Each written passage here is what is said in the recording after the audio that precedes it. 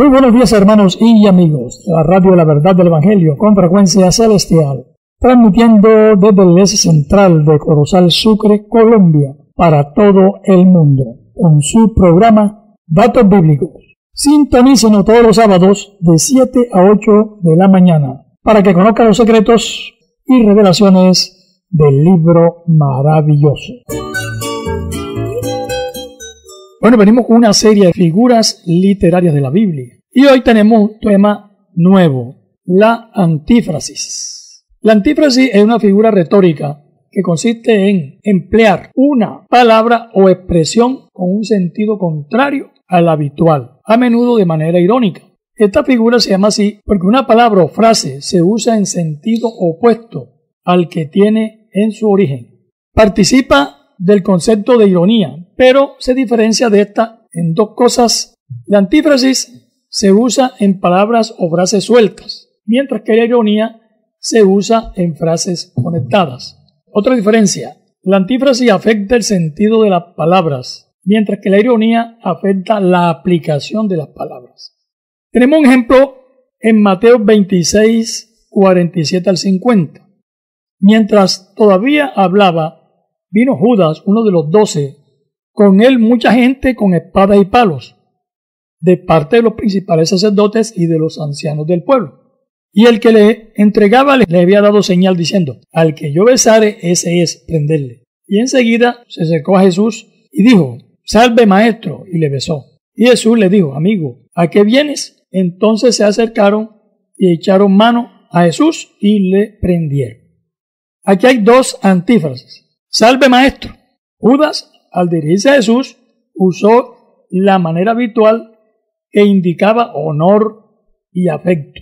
Pero su uso en este momento es una antífrasis, ya que mientras saludaba a Jesús con respeto, en realidad lo estaba traicionando.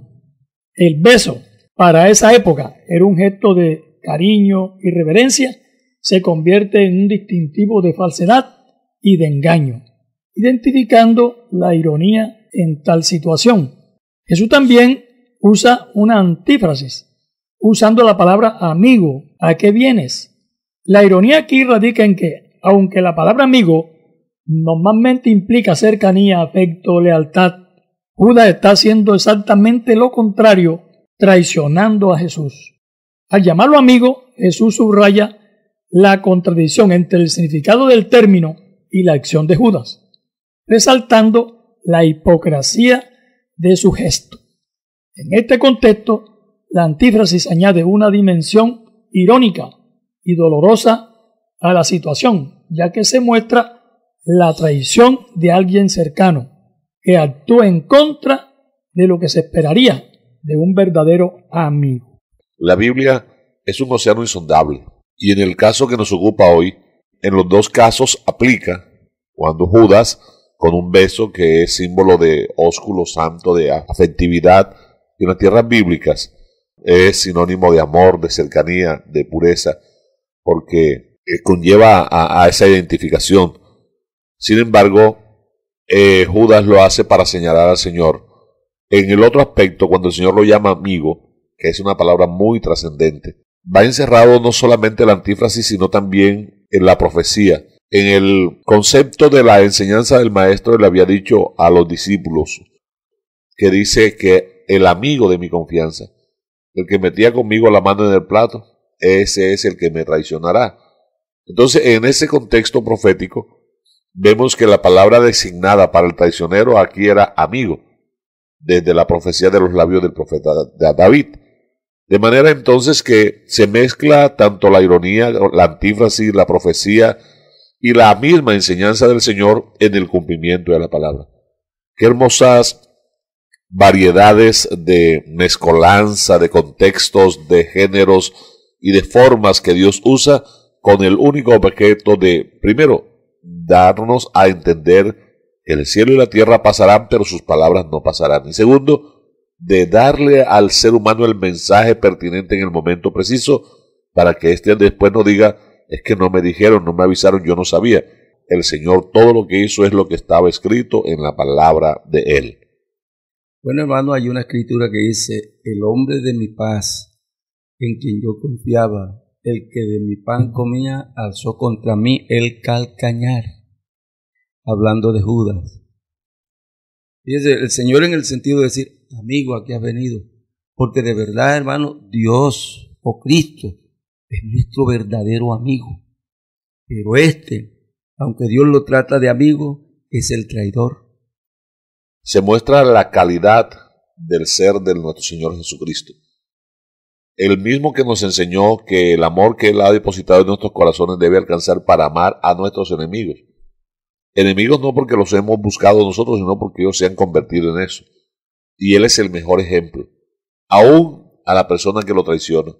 De los 12 fue el único que le otorgó un cargo oficial, Judas. Y para mostrarle que en él no había rencor, resentimiento, sabiendo él que Judas lo traicionaría, pero que hasta el último instante le brindó su amistad y una amistad sincera.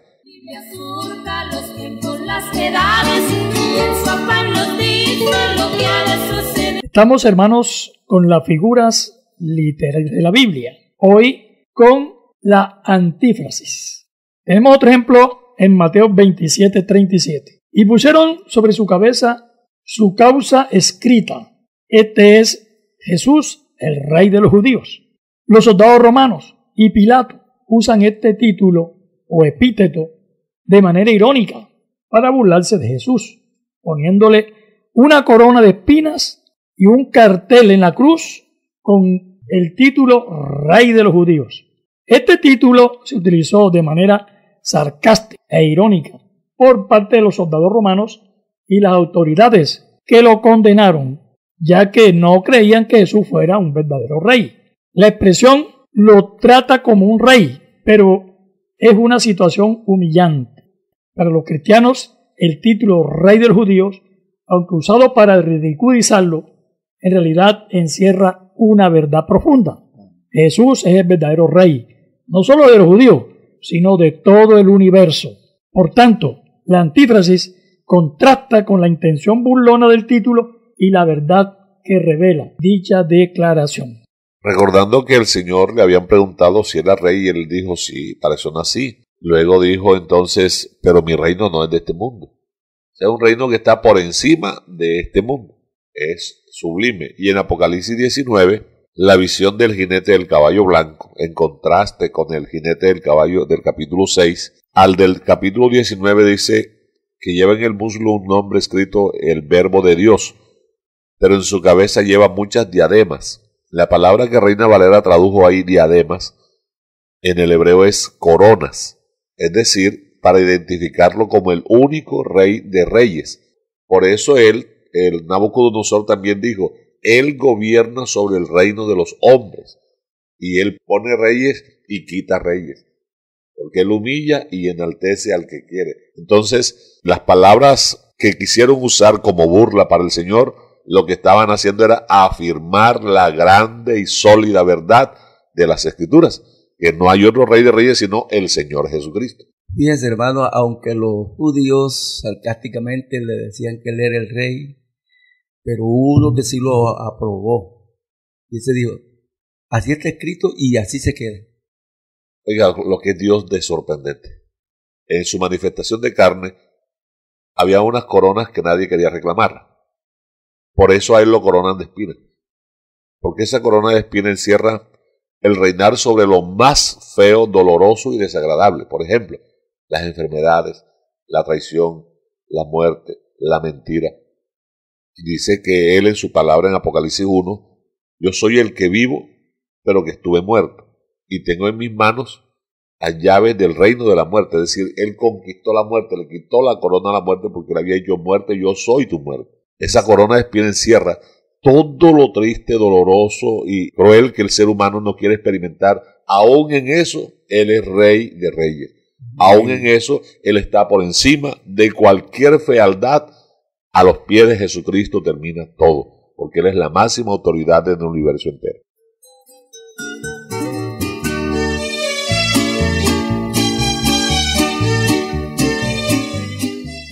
Estamos en la figura literaria, la antífrasis. Tenemos otro ejemplo en Génesis 3:22. Y dijo Jehová Dios, he aquí el hombre es como uno de nosotros, sabiendo el bien y el mal.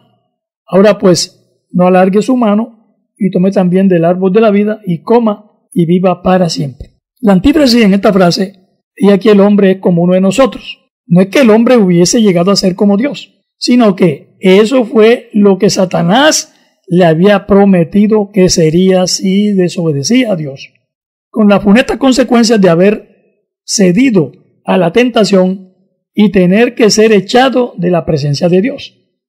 Dios afirma que el hombre es como uno de nosotros, entre comillas, al tener conocimiento del bien y del mal.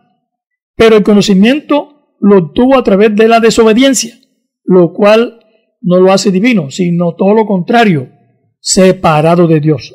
Ahí está la antífrasis. De este modo el hombre no se ha vuelto como Dios, sino que ha ganado un conocimiento que trae consigo consecuencias negativas, pecado, vergüenza y muerte. Por tanto, la afirmación puede entenderse como una antífrasis, porque aunque el hombre ha obtenido el conocimiento del bien y del mal, no ha logrado ser como Dios en santidad, poder e inmortalidad.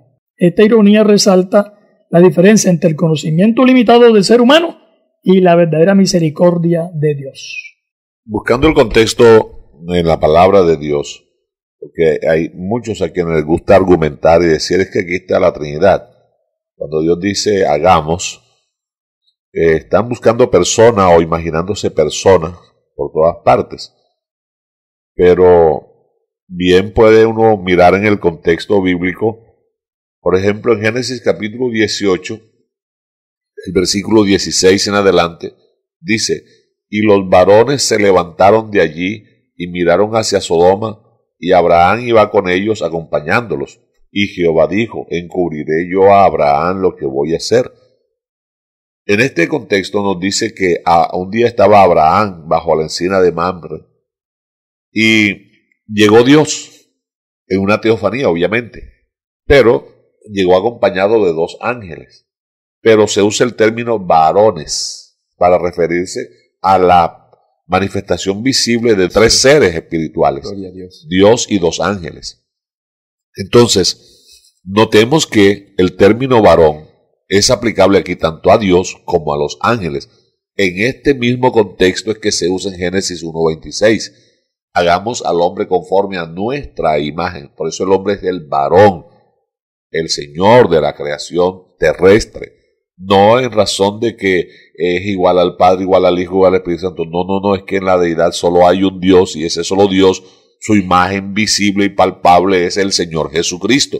Aquellas manifestaciones visibles del Antiguo Testamento son teofanías o manifestaciones visibles del Dios invisible. Entonces, nada más para exhibir este contexto, ahí en Génesis 18, 3 varones, y entre los 3 varones hay uno que es Jehová. Entonces, cada vez que en el Antiguo Testamento se manifiestan ángeles, y se mencionan ángeles, se usa el término varón.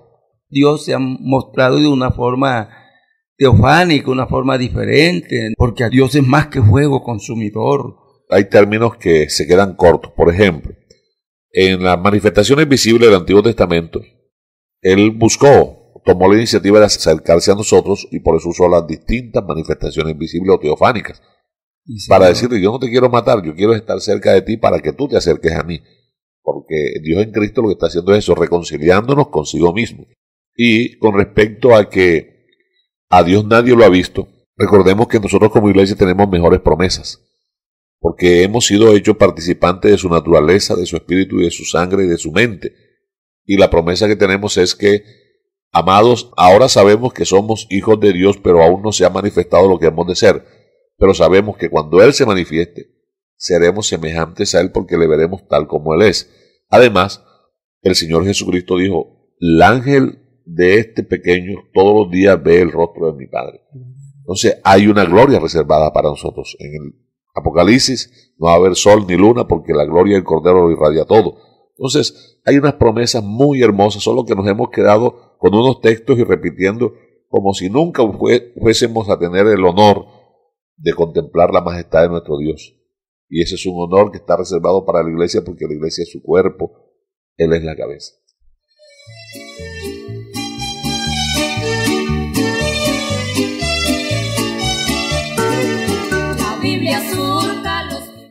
Estamos con la figura literaria, la antífrasis.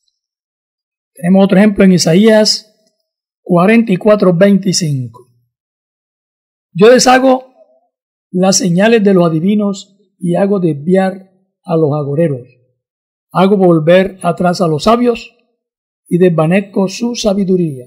En este contexto, Dios se refiere a sabios, adivinos y agoreros, pero de la manera como los menciona tiene un tono irónico. Aunque son considerados sabios, expertos en sus artes, Dios demuestra que en realidad no tienen sabiduría ni poder real. La antífrasis se manifiesta en el contraste irónico entre el título que tienen los sabios y la realidad que Dios expone. O sea, para ellos son sabios, pero ante Dios son nada. Hay tres términos ahí: sabios, adivinos y agoreros. Los adivinos son aquellos que de conceptuar para dar en el blanco de lo que va a suceder, y el agorero es el que miró la mariposa negra y va a pasar tal cosa, que soñé con que me pasó tal cosa, eso significa esto. Eso es agüero. Recuerde que la palabra sabiduría tiene dos vertientes. Una, la que viene de Dios, que nace en el temor a Dios. El principio de la sabiduría es el temor a Dios. Y la otra es la que dice el apóstol Santiago en el capítulo 3 y los versículos 14 y 15, dice: pero si tenéis celos amargos y contención en vuestro corazón, no os jactéis ni mintáis contra la verdad, porque esta sabiduría no es la que desciende de lo alto, sino que es terrenal, animal y diabólica. Porque es que no es la sabiduría que proviene de Dios, sino aquella que el enemigo le da porque es para lo malo, para engañar. La sabiduría según Dios va acompañada de inteligencia y es siempre para lo bien, para lo bueno. Dice la Biblia, hermano, que Dios prende a los sabios en la astucia de ellos. Mucha gente son astutos por lo que saben, por lo que entienden, por lo secular. Lo bonito es adquirir las riquezas espirituales, la sabiduría de Dios, para que uno tenga un norte y sepa para dónde va. El apóstol Pablo amplía el concepto y dice en la segunda carta a los Corintios: sin embargo, hablamos sabiduría no de este siglo, sino la sabiduría que viene del cielo. Porque si estos sabios hubieran conocido mediante esa sabiduría al Señor, nunca hubieran crucificado al Señor de gloria. Es el escudo, también es la bandera de la patria celestial. Estamos con la figura literaria, la antífrasis. Tenemos otro ejemplo en Éxodo 32, versículo 4. Y él, refiriéndose a Aarón, lo tomó de la mano de ellos y les dio forma con buril, o sea, lo metió en un molde, e hizo de ello un becerro de fundición. Entonces dijeron: Israel, estos son tus dioses que te sacaron de la tierra de Egipto. La afirmación, estos son tus dioses, es, en cierto sentido, una antífrasis que muestra la falsedad de la idolatría y la infidelidad del pueblo hacia el verdadero Dios. La expresión se usa de manera irónica. El verdadero Dios que los sacó de Egipto fue Jehová, pero los israelitas le dan la gloria a un ídolo de oro. En contraste entre la declaración y la verdad, refuerza la gravedad del acto de idolatría que el pueblo estaba cometiendo, ya que la realidad es opuesta a lo que expresaron. Aarón utiliza la palabra dioses refiriéndose al becerro de oro, cuando en realidad se trata de una imagen fundida e imaginada, fabricada por ellos mismos. La expresión implica una antífrasis, ya que no son dioses verdaderos los que fabrican con las manos. Este relato que nos narra esta antífrasis en este momento, la historia nos va a ayudar a entender un poco el porqué. Según los historiadores del pueblo hebreo, la nación que va trasegando por el desierto, con ellos se había mezclado un grupo de extranjeros que a cada rato estaban insinuando regresarse y habían logrado minar la fe del pueblo. Y según esos historiadores, a Aarón aquí lo amenazan, del pueblo, que le dicen: si tú no nos complaces, te vamos a hacer lo mismo que le hicimos a Ur. Esos mismos historiadores dicen que le dio esta forma para armonizar un poco entre el Cordero Pascual de Israel, la noche de la salida, y el Dios egipcio. O sea, ¿qué es lo que hace la religión hoy? que cada vez que conquistaba un imperio tomaban los dioses aquellos, le cambiaban el nombre para tener contento a todo mundo. Eso mismo quiso hacer Aarón ahí. Pero eso nos lo cuenta la historia del pueblo de Israel, para que comprendamos un poco más el trasfondo de aquel asunto. Y el contexto histórico de la época. Fíjese cómo sería tan grave esto que cuando Moisés bajó de allá rompió las tablas de piedra, hermano, que traía. Hoy también esta trascendencia desde allá hasta el día de hoy es delicado. Tener de presente a ídolos y poniéndolos en lugar de Dios, eso es muy peligroso. Así que, hermanos míos, ojalá que entre nosotros en la iglesia Dios nos ilumine para que nosotros no hagamos idolatría de cualquier cosa, sino únicamente que sea Él nuestro estandarte. De luz, vislumbra vida, esperanza y salvación para Estamos con la figura literaria, la antífrasis. Tenemos otro ejemplo en Isaías 5:20. Hay de los que llaman al mal bien y al bien mal, que tienen la tiniebla por luz y la luz por tinieblas. Aquí se describe una inversión irónica de valores, donde se llama bien a lo que es malo. Esta expresión es un ejemplo de antífrasis, ya que se utilizan términos positivos para describir algo negativo y viceversa. Se trata de una denuncia profética dirigida al pueblo de Israel y al mundo actual, ya que la idolatría es considerada como práctica corrupta e inmoral delante de Dios. El versículo expresa una profunda crítica hacia aquellos que confunden y tergiversan los valores morales. Decir que llaman al mal bien y al bien mal significa que están promoviendo el pecado como algo bueno, lo que es incorrecto como si fuera correcto, y condenan lo que es bueno como si fuera malo. Este tipo de comportamiento muestra una inversión de los principios, valores divinos, y es una señal de decadencia espiritual y ético-moral. Las tinieblas por luz y la luz por tinieblas sugiere que han perdido la capacidad de diferenciar entre la verdad y la mentira. Las tinieblas simbolizan el error, la ignorancia y el pecado. La luz representa la verdad, el conocimiento y la justicia. Por lo tanto, aquellos que ven tinieblas como luz están profundamente engañados y su visión ético-moral está completamente distorsionada. El mensaje de este versículo está vigente, ya que hay confusión de valores y manipulación de la verdad. Enseña la importancia de mantener un modelo ético-moral firme, basado en los principios bíblicos. Pero en que pase en el mundo, eso es normal. Lo que no debe ser normal es en la iglesia. ¿Por qué? Porque la iglesia, el apóstol Pablo la menciona como columna y baluarte de la verdad. Es decir, aquí es la vitrina para mostrarle al mundo cómo quiere Dios que vivamos. Pero si nosotros comenzamos a normalizar el pecado, porque cuando comenzamos a normalizar estamos haciendo lo mismo que ellos, diciéndole a lo malo bueno y a lo bueno malo.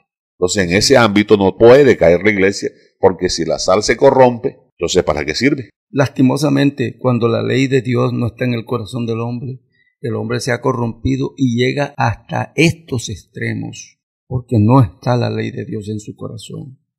de luz, vislumbra vida, esperanza y salvación. Para este tiempo es la fuente del saber. Estamos recordándole a todos los oyentes de Datos Bíblicos que es tiempo de darle like a la programación de la verdad del Evangelio.